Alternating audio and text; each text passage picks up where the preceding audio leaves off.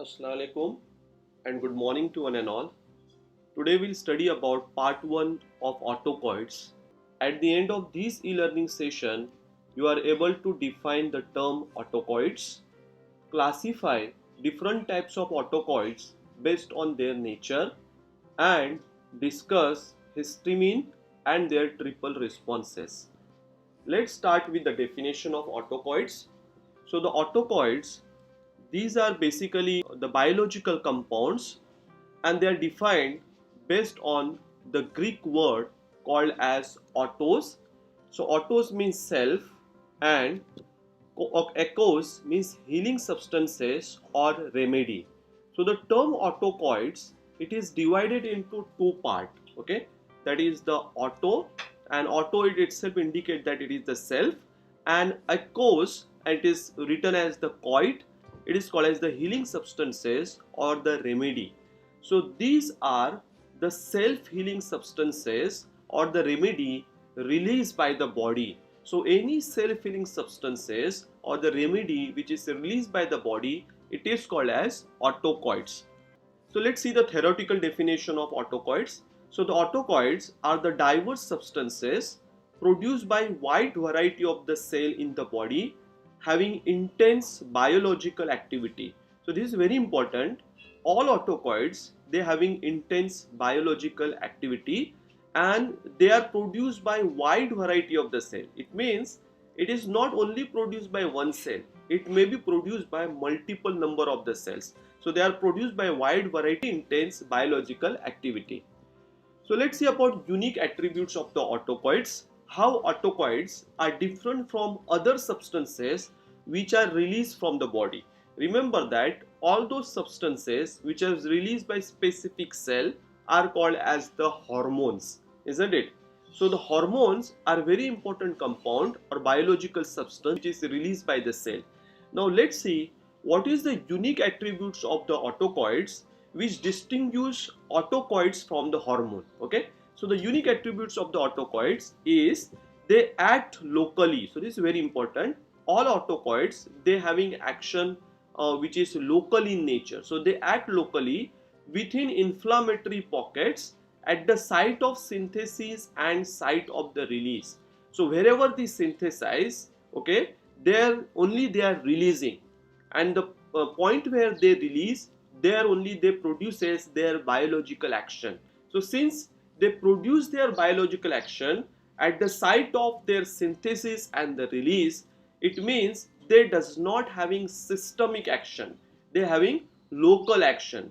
So the local action of the autocoids, it is the unique attributes. So it is their unique attributes and it actually distinguish your autocoids from the hormone. Since they having the local action, the autocoids, they are called as local hormones. They are actually not an hormone, they are autocoids.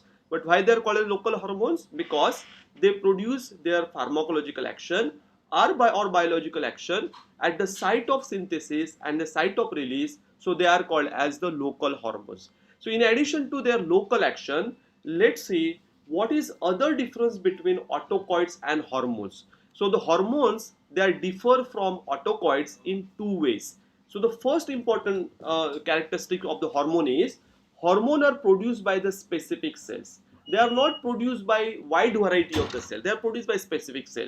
For example, insulin is a hormone. Insulin, it is produced by beta cell of Langerhans. Likewise, adrenaline is the hormone which is released by adrenaline gland. Thyroid is the hormone. The thyroid hormone, it is released by the thyroid gland, right? So all the hormones are produced by the specific cell, not by the wide variety of the cell. So this is the first difference. Second difference is they are transported through the circulation to act on the distant target tissue. So hormone, they does not produces their biological action at the site of release and the synthesis. Means hormone does not having the local action. What happen in case of the hormone? Hormone are circulated into the blood. First they are going into the blood. It means they are having systemic action, and through the blood they travel or they are transported to the site of action where they play their role.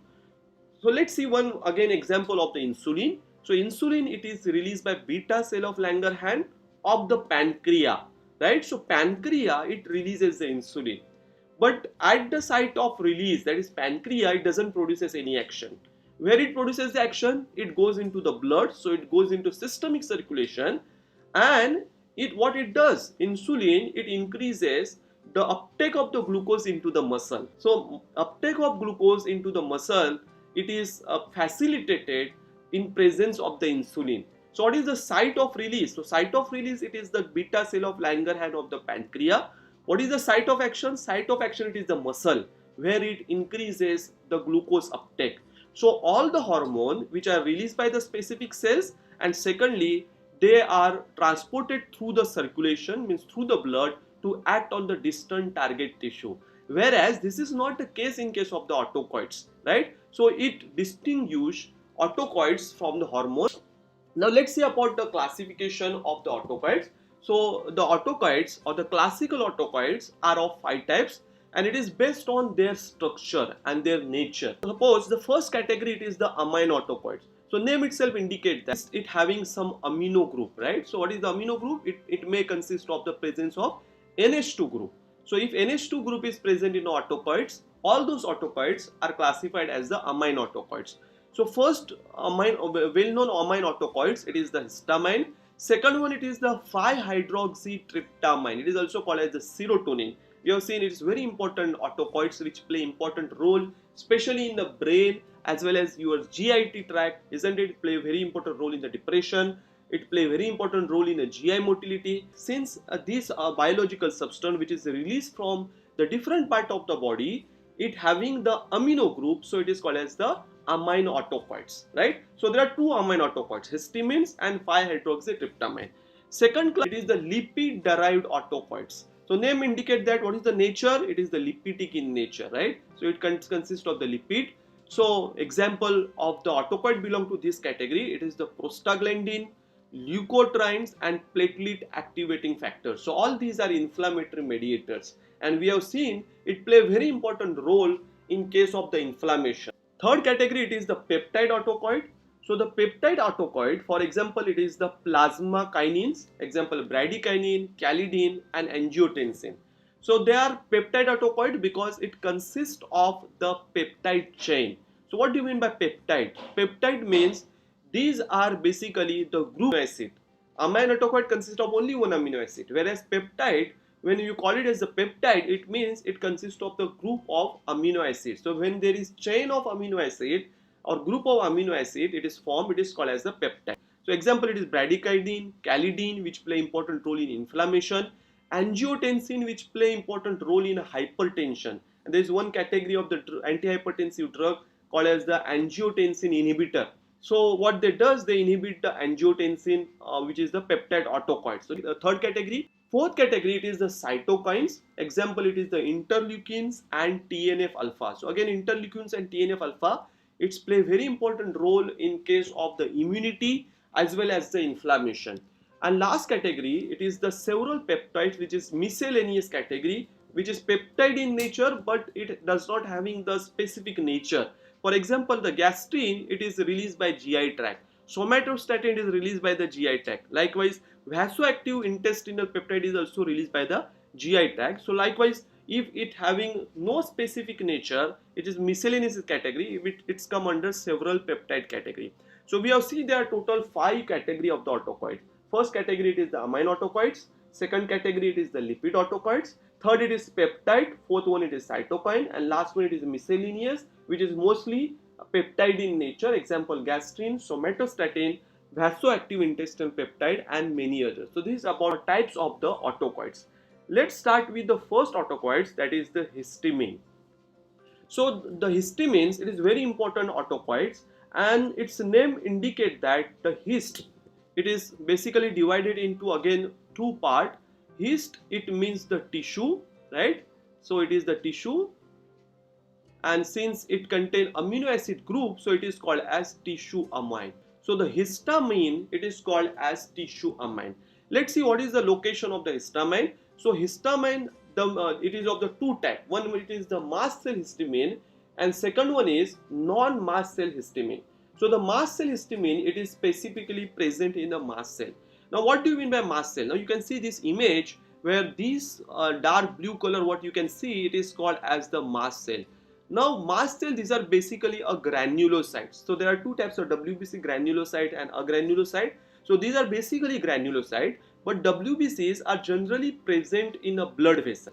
But these are the WBCs, or these are the granulocyte, which doesn't only remains in the blood vessel, but these are migrant granulocyte. They move into the body, different part of the body, it's keep on moving. So it escapes from the blood vessels and goes into different part of the body, and they keep on moving there and play very important role, especially in case of defense mechanism. The main location of the histamine, it is the mast cell. So histamine, it is mostly present in the storage granule of the mast cell. Now you can see, if you can look at this structure, there is presence of the granules inside the mast cells, and these granules, it consists of the histamines and the heparin. So there are two important biological compounds are present in a mast cell. One, it is the histamine, and second one, it is heparin. Okay, so it is present in the storage granule of the mast cell. They are keep on migrating from one part to the another part. So this tissue which are rich in the histamine, which is present in a mast cell, are the skin. So they keep on moving in the skin, then gastric and intestinal mucosa, and third one in the lungs, liver, and the placenta. So in all these organs, the mast cell keep on the moving, and what it does, wherever they see there is the process of the injury, or if there is the allergy, so there will be the release of the histamine from the mast cell. Now second type of the histamine, it is the non-mast cell histamine. So name itself indicate that non-mast cell histamines are not present in the mast cell, right? So they are not present in the granulocyte, or they are not present in the granular WBC, but they are present in particular cell. For example, it is released, this histamine, if it is released from the brain cell, so it is not releasing from the mast cell or in the brain, but it's released from the brain cell itself. So since it is not present in a mast cell, it is called as non-mast cell histamine. So it may be occur in the brain, it is present in the epidermis, it is present in a gastric mucosa and different growing region. What could be the growing region? One of the growing region is your skull, where hairs are growing. Your face, like in case of the men, the face, it is the growing region where hairs are growing. Likewise, your fingers, what is growing here? Your nails are growing, isn't it? So these are all growing regions. So at all these region, like brain, epidermis, gastric mucosa, and growing region, non-mast cell histamine, it is present. Okay. So this is about the location of the histamine. In addition to that, it is also present in different body fluid, like it is present in the blood, it is present in a body secretion like the sweat. Likewise, in case of the venom, suppose in case of the snake, when snake bite you, what is the immediate reaction? At the part of the body where snake bite you, that portion become inflamed. Why it inflamed? Because the snake venom, it contain the histamine, which mediate the process of the inflammation, right? So it present in the venoms, and it is also present in the pathological fluids. So these are the different location of the histamine.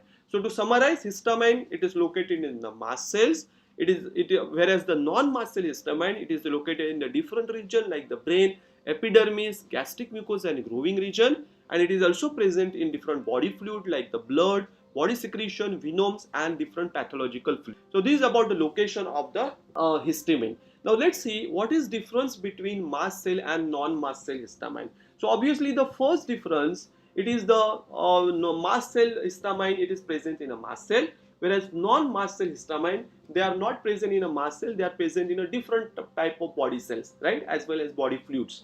Now what is another difference? So another difference between mast cell and non-mast cell histamine is the turnover of mast cell histamine, it is slow, isn't it? What do you mean by turnover? Turnover, it means the process of synthesis and degradation. So in case of mast cell histamine, it is slowly synthesized and slowly degraded. Whereas in case of non-mast cell histamine, the turnover, it is fast. It means it is quickly synthesized and it is quickly undergo the process of degradation. So this is basic difference between mast cells and non-mast cell histamine. Now we'll see the synthesis, storage, and destruction of the histamine. So we're talking about the histamine. So let's see first what is the chemical structure of the histamine. So again, I'm telling you, so those who are preparing for the GPAT examination, planning for the master degree, this chemical structure of histamine is very important. So histamine, basically it is beta imidazolyl ethylamine. So I am dividing this name into two parts. One, it is beta imidazoline, and second one, it is the ethylamine. Okay, so at beta position of imidazolyl ring, what is present? Ethylamine is present. So let's draw first structure of the histamine, and then I will show you how it is synthesized. Okay, so first there is the group called as the imidazolyl. So imidazolyl, it is the 5-member ring. So this is, I'm drawing the structure of the first imidazolyl. So this is the NH. So this 5-member ring, it is called as the imidazolyl. Okay, and its beta position. Where is the beta position of this? This is the alpha position. This is the beta position. What is present at beta position of the imidazolyl ring? Ethylamine group is present. So I am drawing something like this. Okay, so this is the CH2. This is CH2. So CH2 CH2 is ethyl, and what is the amino group is present? So it is called as NH2. Okay, so this is the structure of the histamine. Now how it is synthesized? Histamine, what is the precursor of histamine? So histamine, it is synthesized locally from amino acid histidine. So let's draw the structure of the histidine, and name indicate that histidine, it is the amino acid. So what extra group it is present in the histidine, right? So histamine, it is not an acid, whereas histidine, it is amino acid. Since it is acid, what extra part is present? There is acidic group is present. So I am drawing the structure of histidine. So again, this is NH. It is 5-member ring. The structure, it is almost same. So at beta imidazolyl group, what is present? Beta group, there is presence of the ethyl amino. So structure, it is same as the histamine. But what extra part is present here? It is, since histidine is amino acid, so there is one acidic group is present. What is the acidic group? It is COOH group, right? Now what happened? This histidine, so histidine is present in the tissue. So it is the amino acid which is present in the tissue. So it undergo the process of decarboxylation. So there is the enzyme called as the histidine. So I am writing histidine as the H. Decarboxylation, I am writing as a DC, isn't it? So histidine in presence of histidine decarboxylase enzyme. Okay, what is happening in presence of decarboxylase enzyme? There will be removal of carboxyl group. Okay, so this is the carboxyl group. So this group will be removed, right, in presence of histidine decarboxylase, and histidine will be converted into histamine.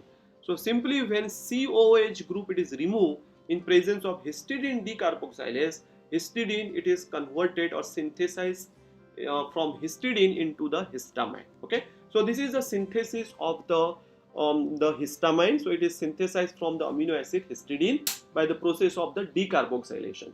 Let's see how it is undergo the degradation. So the histamine, it undergo the degradation by the process of oxidation and methylation, isn't it? So it undergo the process of oxidation and methylation, which produces the metabolite of the histamine. So this is about the synthesis and degradation of the histamine. Now let's see how histamine it is present in the mast cell.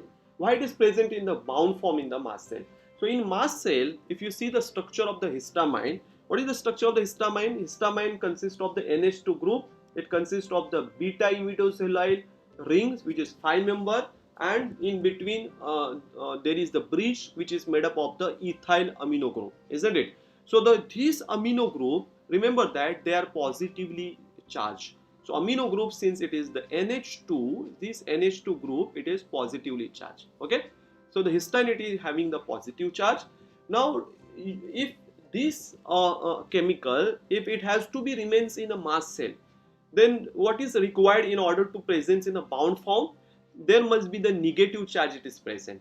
So when the negative charge, there only it will go and bind, because there is attraction between the opposite charges, between positive charge and negative charge, isn't it? Now let's see what presence in a granules which provide negative charge and help in binding you. So in mast cell intracellular granule, what is present? There is presence of acidic protein.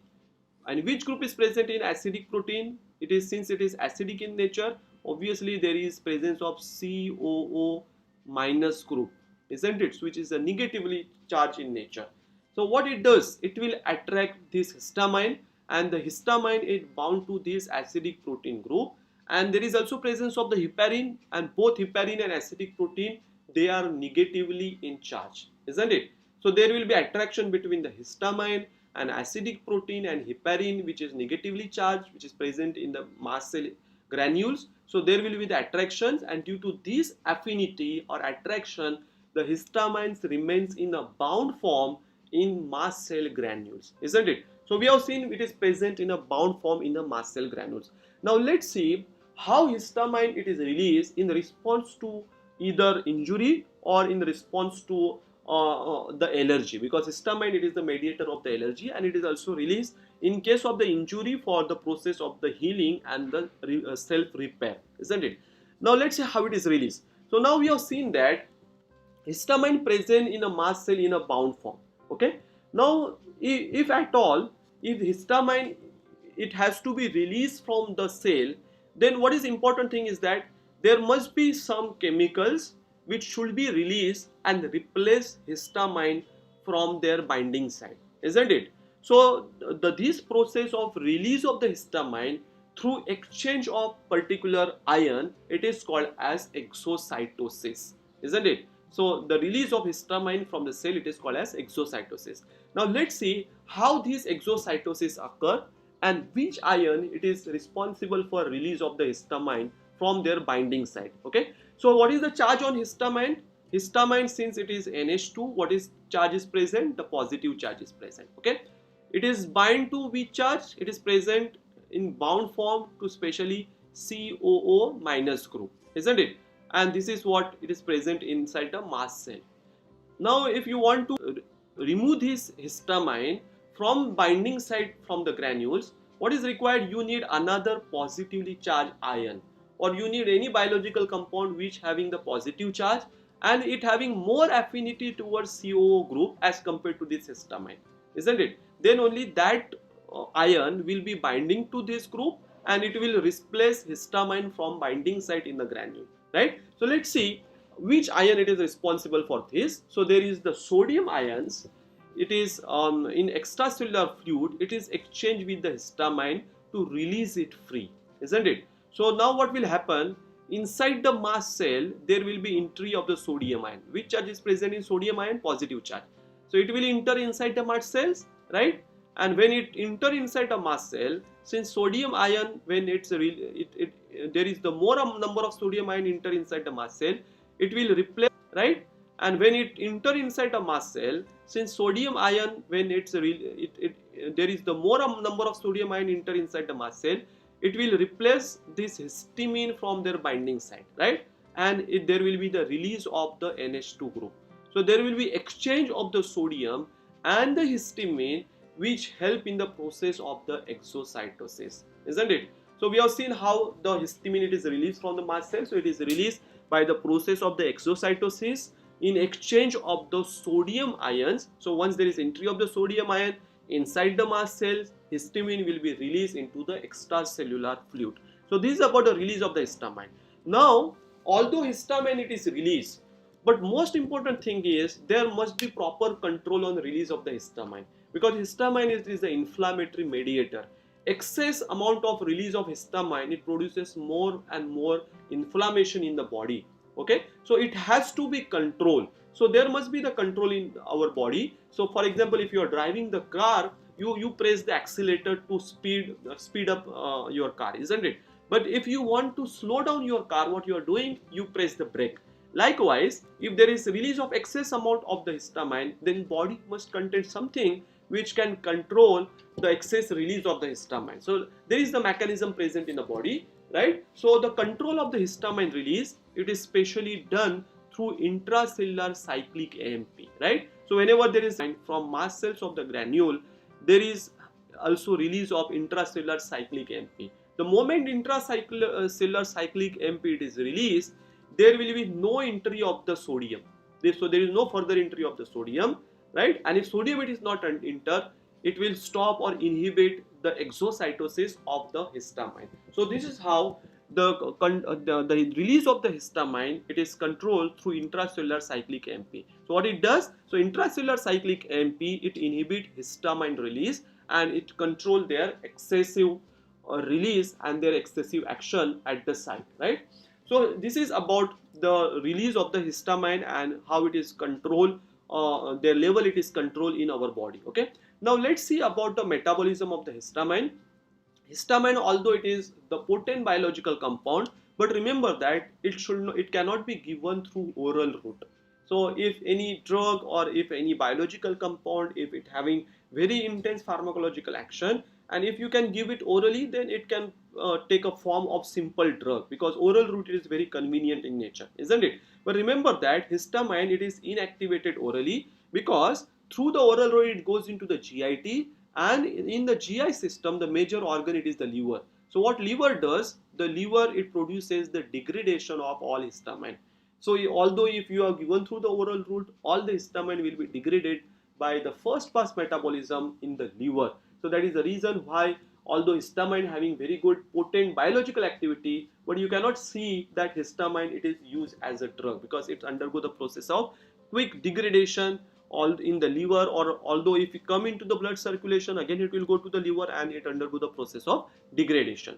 So this is about the release of the histamine and their degradation. Now let's see about different receptor of the histamine, because it is very important, and there are many drugs which act on histamine receptor to modulate different pharmacological action.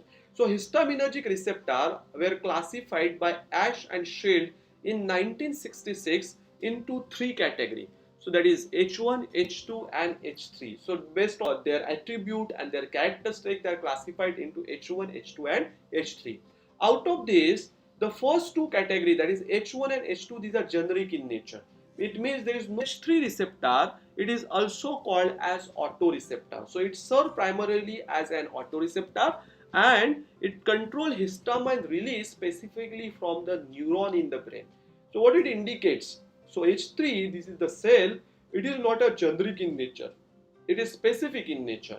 It is present specifically in the neuron in the brain. It is not present everywhere. And what it does, it serves primarily as an autoreceptor. Whereas first two, that is H1 and H2, are not an auto. H3 receptor, it is an autoreceptor. It is very specific. Where they are present in the neuron in the brain. And what they does, they control release of the histamine specifically in your brain. Okay, so neuron in the brain.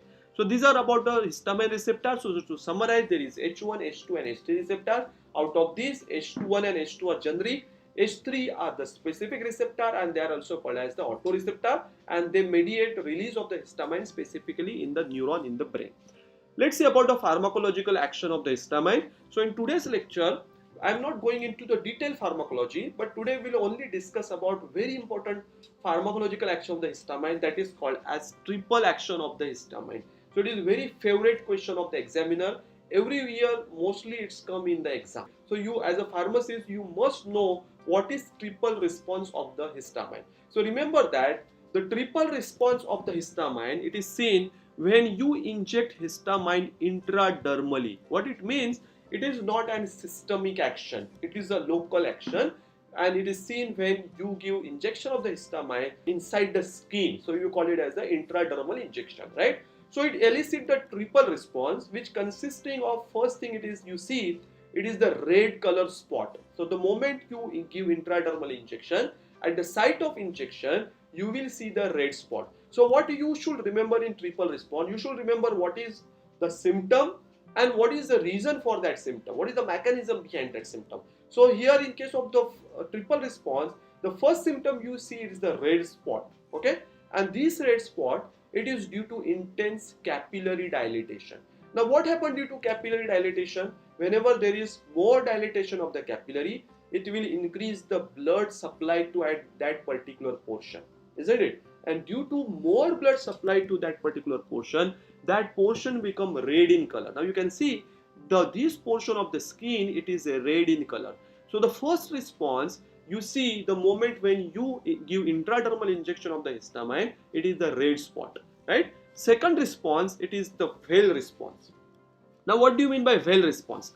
So, well response, suppose if this is the portion of the skin where you have given the injection, so first it will produce as the red color. So, there is presence of the red spot. Then slowly this red spot, it will take the form of the inflammation. Now, suppose this is the skin, you can see there is the inflammation at that particular portion. Now, why this inflammation is occur? Because due to capillary dilatation, there is the exudation of the fluid from the capillaries and the venules, right? So now suppose if there is, these are the blood vessels, right? So what will happen? The fluid will exudate. Exudation means what? It will oozing out from the blood vessel. So it will oozing out from the blood vessel and it will goes into your skin wherever you have given the injection of the histamine, right? And there is the accumulation of the fluid. Due to accumulation of the fluid, it produces the inflammation at the site of injection. So that the accumulation or exudation of the fluid from the capillary and the venules, which lead to the elevation of that particular portion, it is called as the well response. Okay. So the well response, it is basically due to exudation of the fluid from the capillary and venules. Okay. Third response it is seen, it is the flare response. Now, what happened in case of flare response? So it is same as the first response, that is the red spot. Since there is more exudation of the fluid from the capillary, in addition to that, not only there is dilatation of the capillary and venule, there is also dilatation of arteriole wall, isn't it? So the arterioles, these are the smallest artery which are present in the skins. So there is dilatation of these arteriole as well, and due to dilatation of these arterioles, all surrounding area of the portion which was inflamed, that is also red in color. Okay. So when the redness it is seen in the surrounding to the inflamed area, that is called as the flare response. Okay. So when you give the injection of intradermal injection of the histamine, the first response you see it is the red spot, that is due to intense capillary dilatation. So it is the response where till now there is no exudation of the fluid, only you can see the redness, right? It is called as the red spot. Second response, after that you can see gradually it is a well response, where you can see that portion it is inflamed. Okay. And due to this inflammation, it is occurred due to exudation of the fluid. Okay. So this inflamed area, which is due to the exudation of the fluid from the capillary and venules, that is called as the well response. Followed by that, gradually you will see the surrounding area which was earlier not an red in color, so that start becoming a red in color. So that is called as the flare response. Okay. So why it is happening? Why this flare response? Because in addition to the dilatation of the capillary and venules, there is also dilatation of arterioles. So arterioles are the smallest arteries, especially they are generally present in the peripheral side, especially in case of the skin. So there is the more dilatation, which bring more blood at the site of injection, which produces the red color surrounding. So this is about the triple action of the histamine. Okay. So I have done with my today's session. Thanks for watching my session. So if you like my session, remember to give me a thumbs up.